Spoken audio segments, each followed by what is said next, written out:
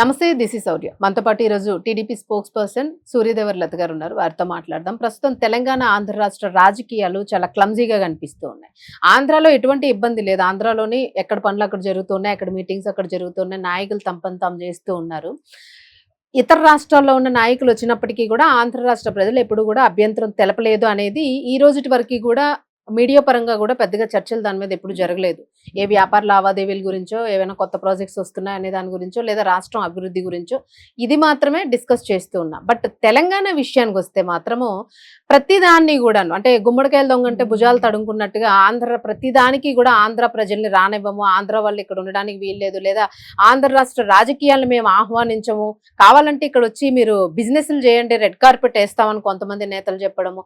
So అసలు ఏం జరుగుతుంది? ఇద్దరు కూడా ఒక తల్లి బిడ్డలే, మనం తెలుగు వారమే, తెలుగు రాష్ట్ర ప్రజలమే అనేది తీసేసి నువ్వు ఆంధ్ర, నువ్వు తెలంగాణ అని రెండింటిగా విభజించి వేట్పాటువాదాన్ని క్రియేట్ చేయాలని చూస్తున్నారు అనేది ఇప్పుడు వినిపిస్తున్న వాదన. అయితే ప్రజలైతే ఈ విషయంలో సాటిస్ఫైడ్ గా లేరు, వెరీ మచ్ అన్సాటిస్ఫైడ్. ఏపీ ప్రజలు కానివ్వండి, తెలంగాణ ప్రజలు కానివ్వండి, తెలంగాణ ఉన్న ఆంధ్ర వాళ్ళు కానివ్వండి, ఎవరైనా కూడా మేము తెలుగు ప్రజలమే అని అంటూ ఉన్నారు. సో దీని గురించి టీడీపీ ఏం చెబుతోంది, ఇది ఒకసారి మనం విందాం. ఎందుకంటే టీడీపీ పార్టీ కూడా ఉమ్మడి రాష్ట్రంగా ఉండేటప్పుడు పుట్టిన పార్టీయే కాబట్టి ఒకసారి వారి వాదన ఎట్లా ఉందనేది విందాం. నమస్తే మేడం. నమస్తే. మీరేమంటారు మేడం? మనం ఎప్పుడు కూడా అంటే తెలంగాణ వాళ్ళ మనసు ఎలా ఉంది అనేది వినిపిస్తున్నప్పటికీ కూడా ఆంధ్ర రాష్ట్ర ప్రజలు కూడా ఎక్కడైనా వినేటప్పుడు, లేదా ఇక్కడున్న సెటిలర్స్ కానీ ఎవరైనా మాట్లాడేటప్పుడు ఒకే తల్లి బిడ్డలమి అలా అనుకోవచ్చు కదా, మన ఆంధ్ర రాష్ట్ర ప్రజలం అని కాకుండా తెలుగు రాష్ట్ర ప్రజలమే అని అంటే బాగుంటుంది. అలా ఎందుకు అనుకోవడం లేదు? ఈ రాజకీయాల్లో కూడా ఈ విభేదాలు సృష్టించి ప్రజల్ని కూడా పక్కదోవ పట్టించే ప్రయత్నం ఎందుకు చేస్తున్నారు అనేది వినిపిస్తుంది. సో మీ తెలుగుదేశం పార్టీ చాలా పురాతనమైన పార్టీ, ఇక్కడే ఆల్మోస్ట్ పుట్టింది.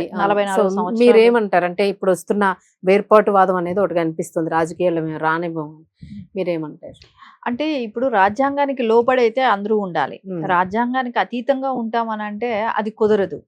ఎందుకంటే మనం చూస్తున్నాం ఈ రోజున కాంగ్రెస్ ఎక్కడి నుంచి వచ్చింది, బీజేపీ ఎక్కడి నుంచి వచ్చింది, సిపిఎం సిపిఐ పార్టీలు మన దేశాలవే కాదు, అవి ఎక్కడి నుంచి వచ్చాయి మనం ఇవన్నీ చూస్తూ ఉంటే ఆమ్ ఆద్మీ పార్టీ ఎక్కడి నుంచి వచ్చింది, వాళ్ళు కూడా పోటీ చేశారు కదా గతంలో. అవును. మాయావతి పార్టీ ఎక్కడి నుంచి వచ్చింది, అది కూడా పోటీ చేసింది కదా గతంలో.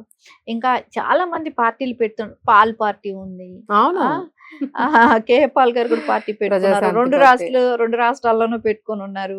సో ప్రతి వాళ్ళకి అవకాశం అయితే, పార్టీలు పెట్టుకునే అవకాశం అయితే ఇండియన్స్ గా పుట్టినప్పుడు ఎక్కడైనా పెట్టుకునే అవకాశం అయితే ఉంటది.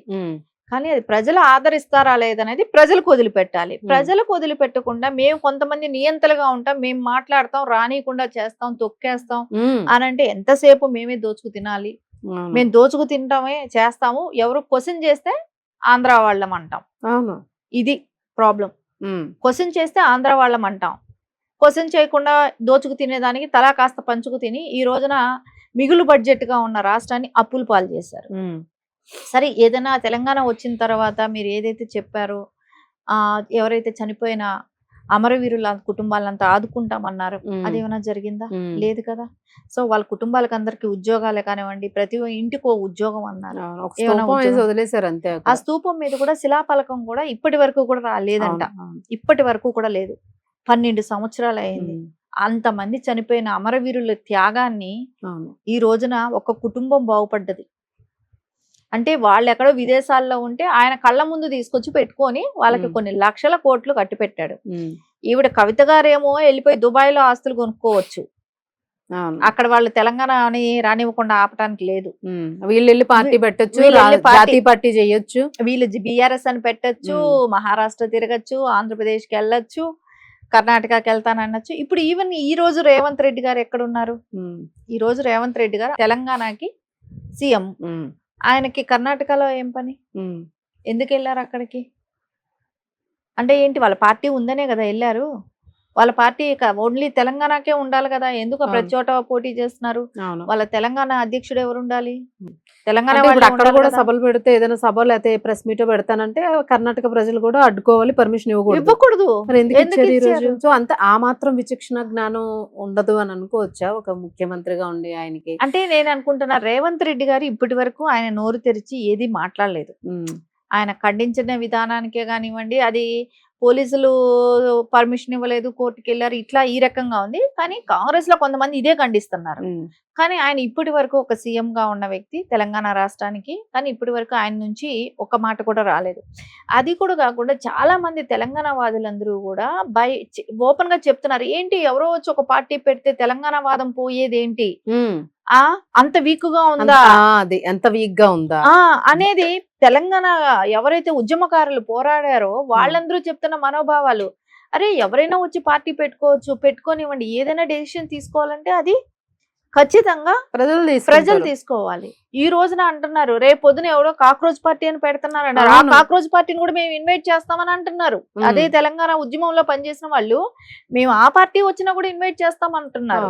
అది ప్రజల అభిప్రాయం కదా, వాళ్ళు వీళ్ళేమంటే ఏది ప్రజా అభిష్టానం అంటూ ఏది ఉండకూడదు. ప్రజలకు ఏదైతే ఇష్టపడి చేసుకుంటారో అది ఉండకూడదు. వీళ్ళు ఎవరైతే సోకాళ్ళు కొంతమంది చెప్తారో వాళ్ళే మాట నెగ్గాలి. అంటే వాళ్ళకి కావాల్సినప్పుడు ఆంధ్రావాదం తీసుకోవచ్చు, గుజరాతీ వాళ్ళు వెళ్ళిపోవాలనొచ్చు, మార్వాడి వాళ్ళు వెళ్ళిపోవాలనొచ్చు, వాళ్ళ ఇష్టానికి అందరినీ వెళ్ళిపోవాలనొచ్చు. అలా అనుకుంటే తెలంగాణ వాళ్ళు ఎక్కడైనా మనం బతకగలుగుతామా? అంతే కదా, రేపు పొద్దున్న వీళ్ళు ఎక్కడికి వెళ్ళినా కూడా ఇంకా రాబోతుంది అనేస్తారు. వీళ్ళు ఒకే రాష్ట్రానికి పరిమితం అయిపోతారు. అదే సూరత్ లో ఎంతో మంది వెళ్ళి బతుకుతున్నారు, తెలుగు వాళ్ళు వెళ్ళి. అవును, సూరత్ లో ఉంటున్నారు, మహారాష్ట్ర ఇదంతా ఉంటున్నారు, కర్ణాటకలో ఉన్నారు, ఆంధ్రప్రదేశ్ లో ఉన్నారు, తమిళనాడులో ఉన్నారు. ఇప్పుడు వాళ్ళు ఇక్కడ జరిగే విధ్వంసం చూసి మీ మూలాన, తెలంగాణ వాళ్ళ మూలాన మాకు ఉద్యోగాలు రావట్లేదని వాళ్ళు మాట్లాడితే పరిస్థితులు ఏంటి? ఎందుకు ఈ 4 కుటుంబాలు బాగుపడటం కోసం తెలంగాణ ప్రజలందరిలో ఎందుకు ఈ విధ్వంసాలు రెచ్చగొట్టడం? విదేశాల్లో ఉన్నారు. అసలు అది కూడా కాకుండా అక్కడ ఎంతో మంది రాజకీయంగా ఎదిగిన వాళ్ళు ఉన్నారు. అదన్నీ వదిలేసాయి, బతకటానికి వెళ్ళటం వేరు, రాజకీయంగా ఎదిగిన వాళ్ళు ఉన్నారు. ఇండియా వ్యక్తుల్లో అక్కడ ప్రధానమంత్రిగా లేరా ఎదిగిన వాళ్ళు ఉన్నారు. అరే మన తెలుగు వాళ్ళు ఎక్కడున్నా బాగున్నారని చెప్పుకుంటున్నాం. ఆ స్థాయిలో మనం ఉండాలి. అంతేగాని ఈ రోజున మేమే గొప్పగా ఉండాలని చెప్పి, అంటే మతాలను ఎలాగో తీసుకొచ్చింది కాంగ్రెస్. ఇది వరకు కాంగ్రెస్ మతాల ఘర్షణలు కూడా పెట్టింది, ఇప్పుడు మళ్ళా ప్రాంతాల ఘర్షణకు వచ్చినట్టే కనపడుతుంది. దీనిలో కాదేవరు అతీతం అన్నట్టు ఈ రోజున 2 రోజులు కామ్ గా ఉన్న కేటీఆర్ ఈ రోజు బయటపడ్డాడు. ఆ బయటపడ్డది కూడా ఎలాగో విచిత్రంగా ఉంది.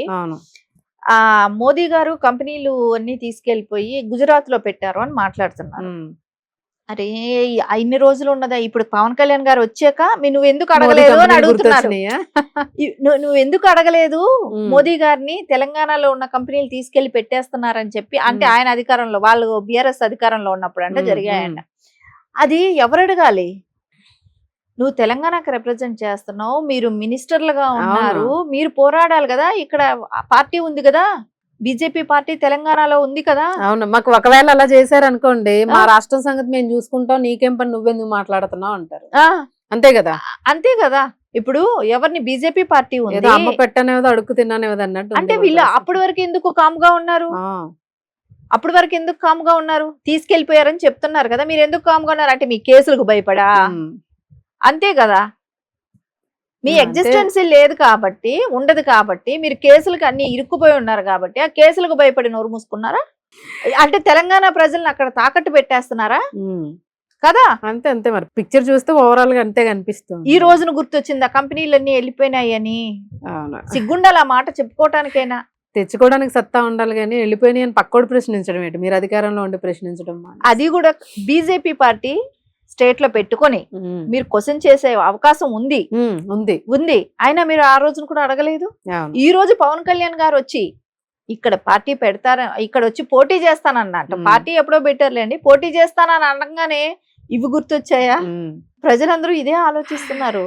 Right madam. అలాగే మనకి తెలంగాణ రాష్ట్రంలోనే జనరల్లీ రేవంత్ రెడ్డి అని అనగానే టీడీపీకి పాత వాసనలు ఆయన బాగా అవి పట్టుకొని ఉన్నాయి, అవి వదలదు, అది ఎప్పటికీ వదలదు. ఆయన ఎంత కాంగ్రెస్లో ఉన్నప్పటికీ కూడా టీడీపీకి ఆయన చాలా క్లోజ్, చిరకాలం అన్నట్టు.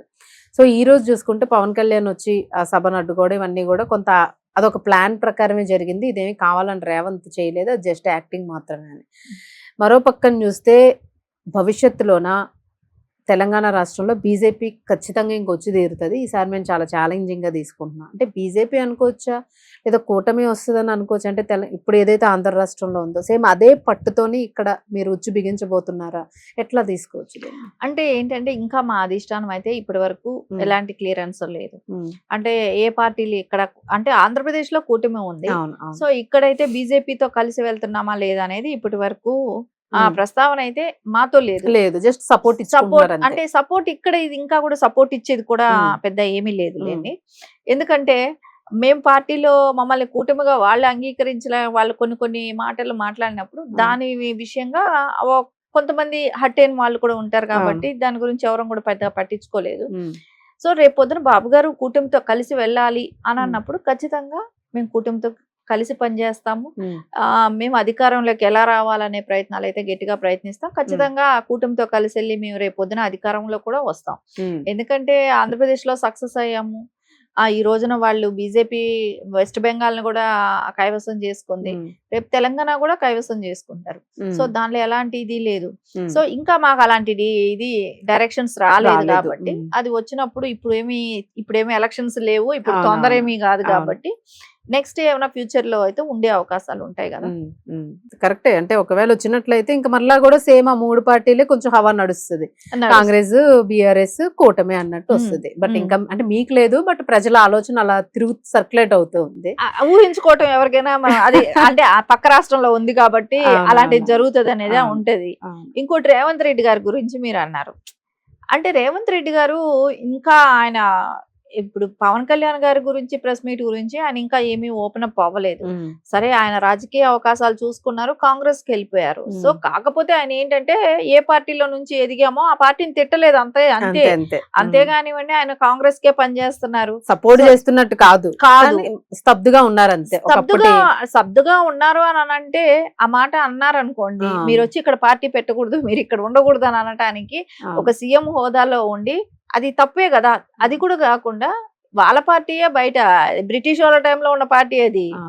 సో అది నామకరణం చేసింది బ్రిటిష్ వాడు కూడా అయి ఉంటాడు మనకు తెలుస్తుంది. అంటే ఎందుకంటే కాంగ్రెస్ అనేది చాలా కంట్రీస్ అన్ని కూడా కాంగ్రెస్ అనే ఉంటది కాబట్టి అది బ్రిటిష్ వాడి పార్టీ అని అంటాము ఇంకా లెక్కను తీసుకుంటే. సో అందుకని వాళ్ళు మాట్లాడలేని పరిస్థితి అది కూడా. Right madam, thank you.